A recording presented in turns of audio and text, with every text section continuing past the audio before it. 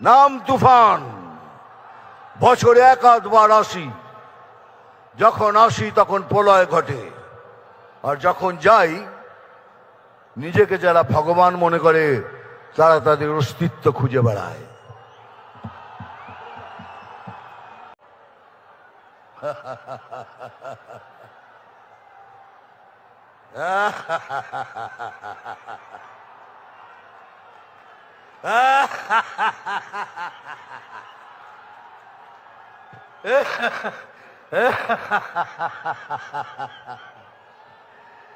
আপনারা ভাবছেন দাদা একটা কিছু বললো না, হাসছে কেন? এই জন্য হাসছি, এই রাজ্যের প্রধান বলেছেন আমরা 500 টাকা দিয়ে লোক এনেছি।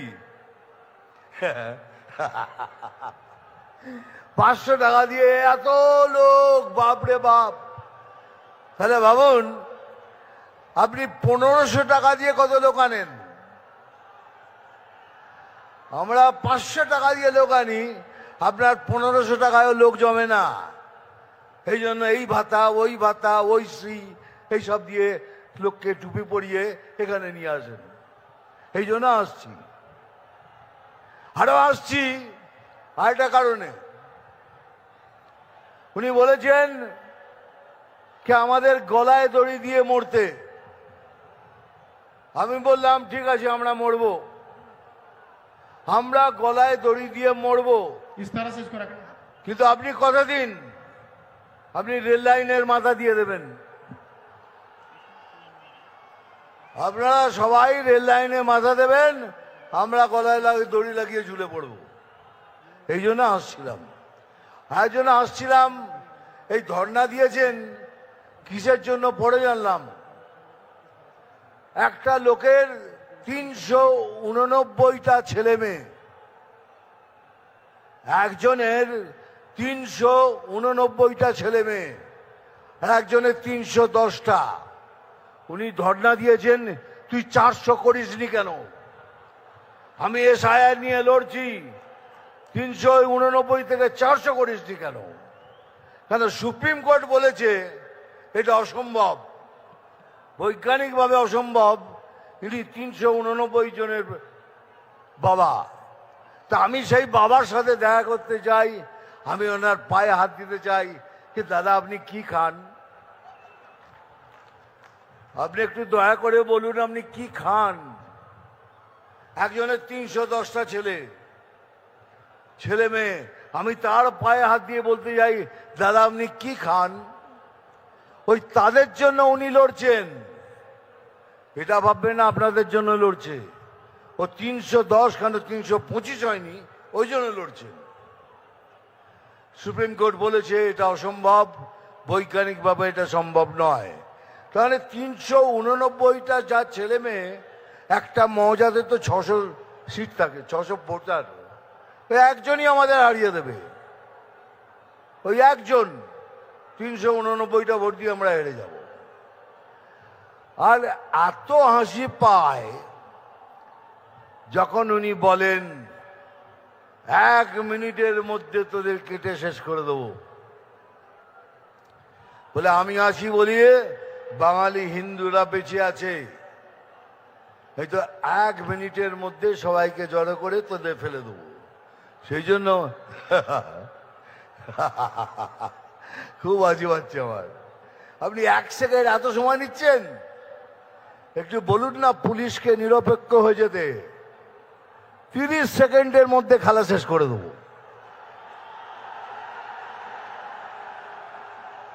30 सेकंड, आधा मिनट में गेम खत्म कर देगा। एक बार आओ ना, आमने सामने आओ, देखो बीजेपी में क्या ताकत है, देख लो। खाली पुलिस को बोलो तुम निरपेक्ष हो जाओ। আমি কথা দিচ্ছি আমার সমস্ত আদিবাসী আমার ভাই বোনদের, আমরা যদি আসি আপনাদের সব কষ্ট দূর হবে। পড়াশোনার জন্য একটা টিচার নেই, আসবে। যত কষ্ট পেয়েছেন আমরা সব দূর করব, এ আমি গ্যারান্টি দিয়ে বলছি। যে আলু চাষি কষ্ট পাচ্ছেন, কথা দিচ্ছি এখানে যেদিন আমরা সরকারে আসব প্রথম কাজ আপনাদের জন্য করব, আলু চাষিদের জন্য করব। আর ভাই সত্যি আমি বাতেলা বাতেলা দিই না, আমি যা বলি স্ট্রেট কাট বলি। আর একটা কথা আমার মনে পড়ছে এইমাত্র,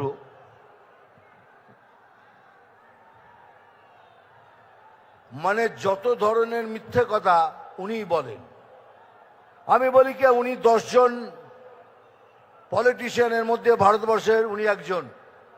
সবাই আমার উপর রেগে যেত, কি করছো দাদা, উনি একটা ফেইল্ড পলিটিশিয়ান, উনি একটা বাজে পলিটিশিয়ান, আপনি ওকে 10 জনের মধ্যে একজন বলছেন। তার কারণ আছে রে, কেন বলছি। উনি জানেন একটা সমাজের মেরুদণ্ড ভাঙতে কি লাগে। প্রথম হলো শিক্ষা, দ্বিতীয় হলো কার্য। উনি শিক্ষা ব্যবস্থা এবং কার্য অবস্থা দুটোই শেষ করে দিয়েছেন। একটা সমাজকে ভাঙার জন্য এটাই দরকার। সেই জন্যই আমি বলেছিলাম 10 জনের মধ্যে একজনে উনি।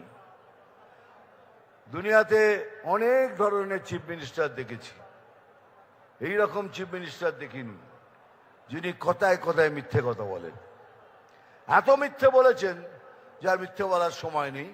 কারণ আপনাদের সূচনা দিচ্ছি, হাত ভেঙেছে, পা ভেঙেছে, এবার কিন্তু আরো কিছু ভাঙতে পারে, তার জন্য তৈরি থাকবেন। হয়তো চলে গেল আইসিইউতে, আর আইসিইউ থেকে বক্তৃতা দিচ্ছেন, আমার কি হবে। আইসিইউ থেকে বক্তৃতা দেওয়া যায়, উনি এমন ভাবে ব্যবস্থা করবেন তাতে আইসিইউ থেকে বক্তৃতা দেওয়া যায়। যাই হোক, বেশি কথা বলবো না। আমি জানি স্যার এসে গেছেন, স্যারকে সশ্রদ্ধ প্রণাম। আমার এখানে যারা বসে আছেন তাদেরও প্রণাম। ডায়লগ তো বলতেই হবে, বলে নি, আবার বলবো। আমি জল ঢোড়াও নই, বেলে বোড়াও নই, আমি জাত গোখরো। পরেরটা নিজেরা বসিয়ে নেবেন।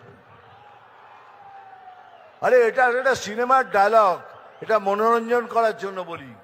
মারবো এখানে, তোরাই যখন বলিস তাহলে আমার দরকার কি বলার।